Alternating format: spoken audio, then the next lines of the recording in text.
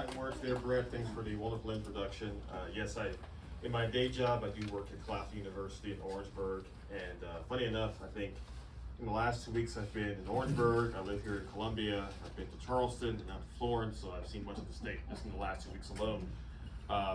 But the Modjeska Simkins School is something that I have deeply cared about since 2019.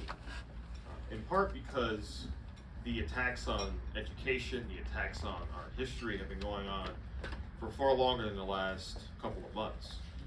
The problem is that those attacks have greatly accelerated in the last few weeks. As I mentioned on the Zoom call a moment ago, at the SCHA conference, every historian was talking about the fact that there is a sense that academia itself is not only under attack, but academia is, for all intents and purposes, being destroyed.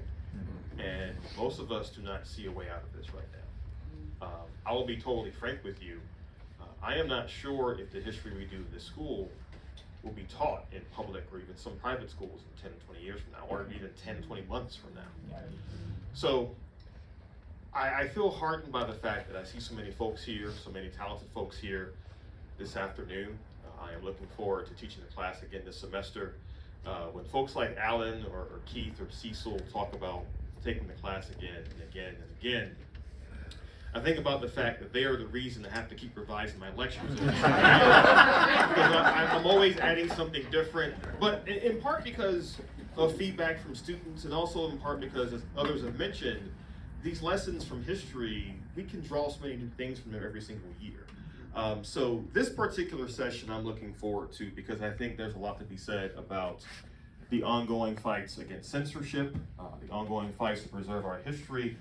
And I think it's important to note, again, especially as a black person who is from the South. I'm originally from Georgia, so my apologies in advance.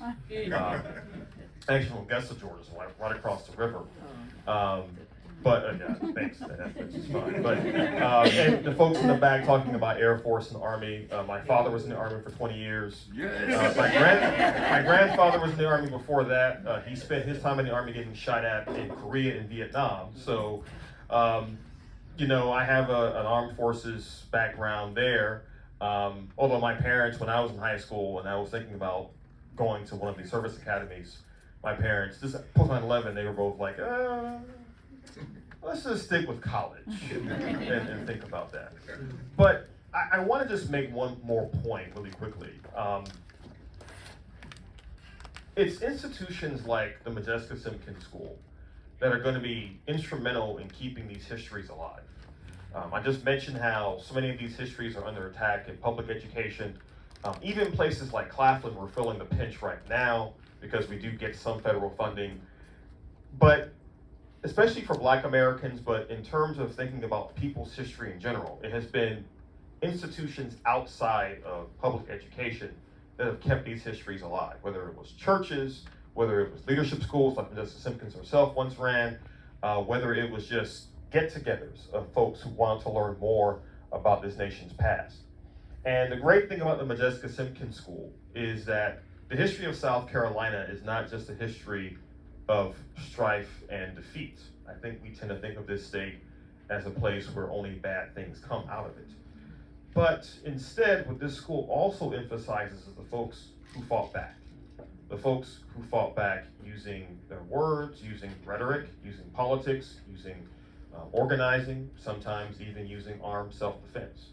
But they all fought back.